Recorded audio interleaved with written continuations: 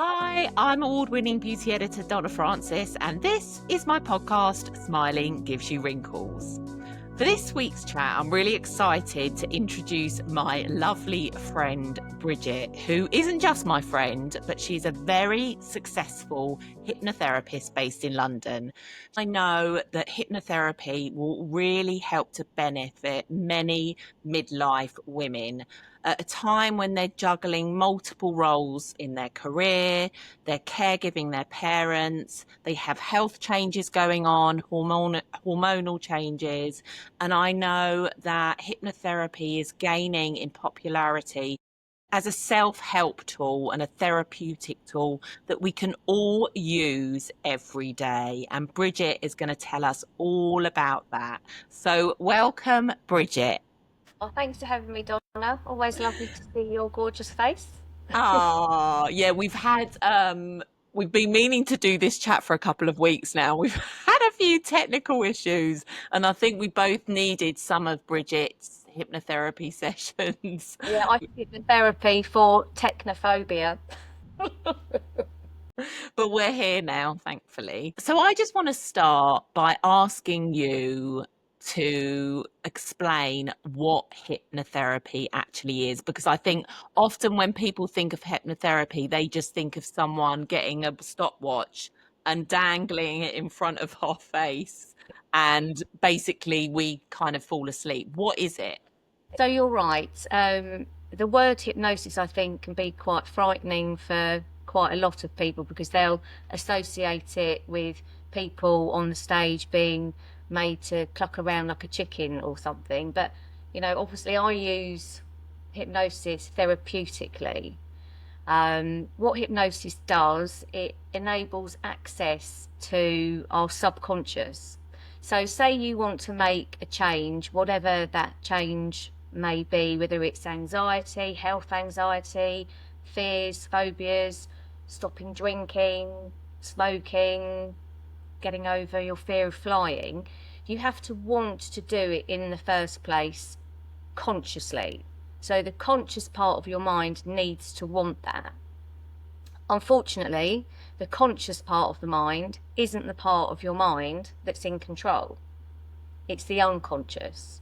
And the unconscious is the biggest part of us, and it controls everything, like our emotions and feelings. It keeps our habits, behaviours and fears and phobias going. It's where our imaginations are. It protects us. So in hypnosis, we access our subconscious using relaxation techniques and lots of other techniques. All hypnotherapists are different. We all use different techniques. So depends on who you go to, will depend on what technique is used, really. And you said, which I think is a really important point, is that you have to want to do whatever you want to fix, whether it's stopping drinking or stopping smoking, you actually want to have to do that. So is there anyone that you wouldn't treat? Um, Anyone under the age of 5, because not everybody over the age of about 5 who can follow instructions and wants to be hypnotized is hypnotizable. I wouldn't hypnotize someone that had a lot of drugs in their system or a lot of alcohol in their system recently, as they come to me. Yeah. Uh, but apart from that, most people are hypnotizable. And can I ask, it to some people it may sound a little bit woo and a bit kind of out there. Is there anything or any evidence that actually proves that it actually works? Well, the proof that it works is how people feel. So if someone comes to me to stop smoking, when they leave me and they're not smoking, that is the proof. Yeah. Or if a woman's coming to me with hot flushes and they leave me and they're able to maintain or cope with their hot flushes, that's proof that it's worked. And do you have any particular success stories that really kind of stick out in your mind. I know that obviously everything you do is confidential, and that is an important part of your work. And I know that you're very discreet and you're very trustworthy. And I'm not just saying that because you're my friend, but generally, can you talk about any particular client that you've had that Yeah, you thought, wow? my sister, I'm sure she won't mind me saying, but when I was training and I was practicing, when I first qualified, you know, um, my sister used to love eating crisps. That was her big thing, but obviously they're not that great for you. So she decided, right, I want to stop eating crisps. Can you help me? Well, this was in 2009, I think, and she hasn't eaten a crisp to this day. So Wow, that is amazing. And how many sessions did that take? two, Really? one or two, yeah. The thing is, it depends on what you're coming for, will depend on how many sessions you need. So for stopping smoking, it's just one session. Really? It's just one session, yeah. But with things like anxiety, I recommend a minimum of 4 to 6 sessions. However, everybody's different. Some people may only need 3. Some people may have their 6 sessions and then they want to come back to fix other things, or they want to come back just because they love the feeling, because it is a really lovely feeling. I can vouch for that. It's very relaxing, and you feel like, personally, I feel like when you're in that zone just before you're dropping off to sleep, you're aware kind of what's going on around you, but your body feels like you've melted into the bed, and it's that kind of heavy but nice heavy feeling. Yeah. I think some people feel heavy and some people feel light. You know, each time you're hypnotized, you may feel differently, you may not. That's a good point, actually. What should we expect in a hypnotherapy session? I know that you do some in person and some virtually. Yeah. So whether or not I'm coming to you, either way, what should I expect? All right. So someone makes an appointment. We'll have a chat on the phone. Some people just want to make an appointment over text, or which is fine. I get some information. The first session is approximately 90 minutes. And in that session, the client will tell me what is going on with them and what it is they want to achieve. Then I explain to them a little bit about how the mind works using a mind model. Then we do the hypnosis. So I've got a really lovely comfy chair here, and the client will be sitting there. We do the hypnosis, and then subsequent sessions are approximately 45 minutes, and they're mainly the hypnosis. I know that you've helped me a couple of occasions while I've obviously lived in America. You're based in London, and we've done them virtually. And you've just asked me to get comfortable wherever I feel comfortable, as long as I'm in a quiet room. A quiet room, somewhere that you can rest your head, and somewhere that you won't be disturbed, and with a good Wi-Fi connection. So, what's the most popular thing that you treat? Anxiety, health anxiety, women's issues. Yeah, a lot of that. And I think so many of the women listening to this have anxiety. And are there any tools that you could give them today that can help them shift that mindset? The main thing that works is by relaxing your whole body, because when we're tensing up, it sends messages to our brain almost like we're in danger, which makes us feel anxious. So as soon as you relax your muscles, it sends messages to your brain, you know, it's okay, and then you feel better. So literally just focusing on making sure that your shoulders aren't tensing up, your hands aren't, clenched, your stomach's not tight, because sometimes we're really quite unaware that we're tensing up, and that happens a lot. Even talking, your shoulders can go up like this. So it's very important to be aware of your body and how you're sitting, really. Yeah, because I remember when I spoke about at the beginning, me and Bridget were on a rugby tour with our kids, and we went on this really lovely walk in, where was it? Is it Dorset? Can't remember what it was called. But anyway, they're like really high cliffs, not Dover, but like that. And we went for this walk, and I'm not a lover of heights, but that wasn't going to stop me. And I thought, no, I'm going to be fine. And we got kind of halfway up, and I really didn't like it. And I remember that was one thing that you taught me then, was to kind of drop my shoulders and relax my shoulders. And it is unbelievable how something so simple can really just switch your mind like away from the stress kind of thing. It really, really, really is. And I still do that every day now, whenever I feel like, even this morning, I was having some IT problems, and I was working myself up, and I just thought, right, no, just sit, relax. What would Bridget do? Relax the shoulders. And it's so unbelievable. And what about you? I mean, obviously, I'm going to talk about something that's personal to me, but like with drinking, I haven't come to you for my kind of sobriety, because I think there's a fine line. A lot of my followers that now follow me because of my sobriety, they're not alcoholics, but they just want to cut down on their drinking. And is that something that you could help them with? Yes, I help a lot of people often to help either cut down or cut it out completely.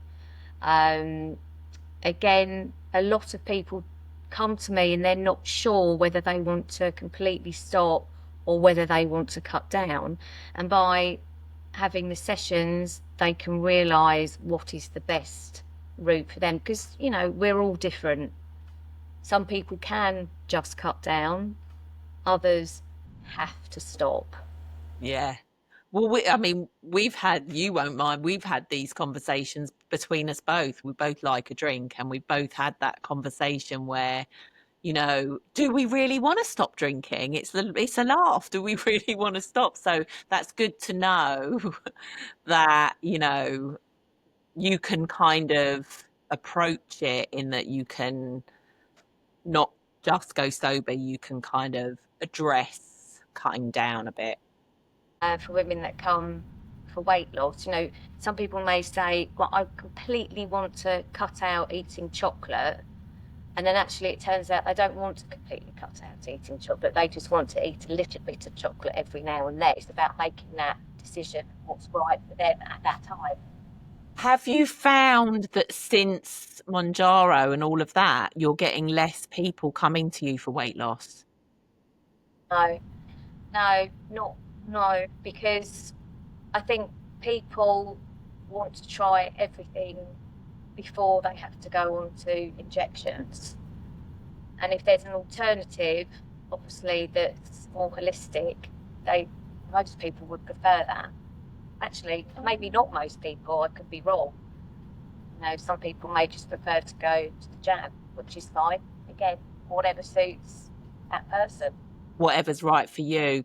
And so you've mentioned there's not a strict rule about how many sessions you'd need, but do people ever have to come back? So say if you've helped someone stop smoking, do you think you'd ever see that person again for Well, so smoking? I offer, in the unlikely event that someone was to smoke within a year of that session, they can come back for a free backup session. So I presume if they don't come back within a year, they have stopped smoking. What happens often is someone could be coming for menopausal symptoms, for hot flushes or anxiety, and actually they'll overcome their fear of flying just from those sessions, even though we haven't really talked about, haven't had a specific session on the fear of flying.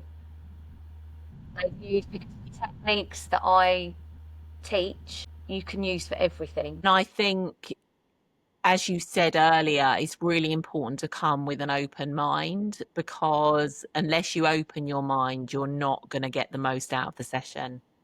Yeah, the thing is, a lot of people may think, well, I've got to be completely still, my mind empty. That isn't the case, because you could be horse riding and be in hypnosis. You could be swimming and be in hypnosis. We go in and out of hypnosis every day without even realizing it. Really? Yeah. It's like, if you're driving somewhere that you drive to on a regular basis, and say it's a 20-minute journey, and you arrive at your destination and it feels like 5 minutes, and you think, I don't even really know how I got here. That is the form of hypnosis. It's where your conscious has been off thinking about all the things you need to do that day, whilst your unconscious has driven you to your destination safely. So because driving is that we are in the habit of driving once you've passed your test. So consciously, you're learning how to drive. Once it becomes a habit, it's then unconscious. If you were driving to the same destination with your driving instructor, you wouldn't have the same experience, because you're still learning how to drive. It makes complete sense. And I think I went into hypnosis this morning at the gym. I was cleaning the mat that you clean every time you go. And I didn't realize there was a queue of people, or a line, I should say, being in America, of about 5 people behind me. And I kind of switched off and then switched back on again. Yeah. And I said, oh, sorry, how long have you been? And I think it's because I'm so used, but my mind, I think I was thinking of something. It was something that was happening in the day. Wow, never really thought about that before. Yeah. Thing is, well, hypnosis is a very natural state that we go in and out of every day without even realizing. So some examples are daydreaming. Like, do you remember being at school in a really boring lesson, and you're off out the window thinking lots of lovely things, and you can hear the teacher going blah blah blah blah, but if they said your name, you'd just be straight back into the room. Yeah. Or if you're reading a really good book or watching a really good film, you're still aware of your surroundings, but you're really focused on that book or that film. Because if you weren't aware of your surroundings, it may be a bit scary, because it feel like you're actually in that book or in that film. Yeah, I completely can relate to that. A really important part in my sessions is I talk about how our subconscious protects us. So it protects us from, say someone had a childhood trauma, it can suppress that memory so that they can get on with their day-to-day life. It also protects us by keeping all of our bodily functions going, so like blinking, breathing, heart beating, sweating, etc. And it also protects us by keeping all of our habits, behaviours and fears and phobias going. Because imagine, as I said earlier, imagine if you were driving down the motorway at 70 miles an hour and you forgot how to drive. You're going to be in a lot of trouble. Yeah, But of course. you might be thinking, well, if it's protecting me, why is it keeping me smoking? Why is it keeping me feeling anxious? Why is it keeping me having this fear of flying? Well, it's just that the subconscious hasn't got the message yet that we don't need to have these habits and fears anymore. Because whenever we develop a habit, a behaviour, a fear or a phobia, it always has a positive intention at the time we start it. Because our subconscious would never allow us to develop something that wasn't good for us at that time. So most people start smoking when they're teenagers, and the reasons that they start smoking, it's probably because their friends are smoking, or their boyfriend or girlfriend smoking and they want to look cool, or they want to fit in, or they want to look older. However, when they're still smoking in their 50s, 60s, 70s, they're not smoking anymore because they want to look cool or fit in with their friends or show off or anything. It's just become a habit. Mm, Our mm. subconscious will keep our habits and fears and phobias going until we go into the unconscious and change that, because the conscious and unconscious have to be in agreement for changes to take place.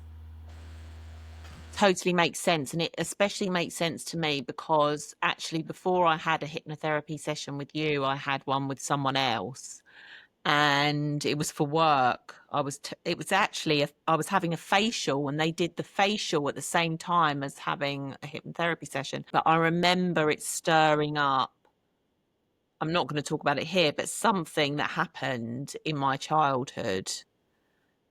And I felt like, I mean, I've never done that traditional therapy, but I felt afterwards like a kind of weight had been lifted off my shoulders, and I came out and I was quite emotional and quite upset about it. And actually, it's really helped me from that point understand why I behave in certain ways. She got that out of me Yeah, only once. It's only happened once. It's not happened with you since I've had it, because it's obviously come out of my subconscious yeah, and I've addressed it. And now I know when habits come up that I do, or how I approach certain situations, I approach them differently because now I know, I understand. I, Yeah. yeah, because our subconscious is where all our memories are. So from the day you were born right up until today, and all our memories can be triggered off for whatever reason. So she could have said one word, you could have smelt something, it could have been anything that would have triggered that emotion or that memory. Yeah, it's very, very powerful. And I feel like it almost should be something that should be recommended by doctors. I mean, can you be referred? Well, some doctors do refer. It's not recognised on the NHS yet. I'm sure it will be because it's crazy that it isn't. But doctors do recommend their patients to me. Yeah. And also, when you think about it, taking a smoking situation in point, you could save a lot of money if you're having one session with you, A, on cigarettes, but also even on like the chewing gums and things like that. And also the resources that is costing the NHS. Yeah.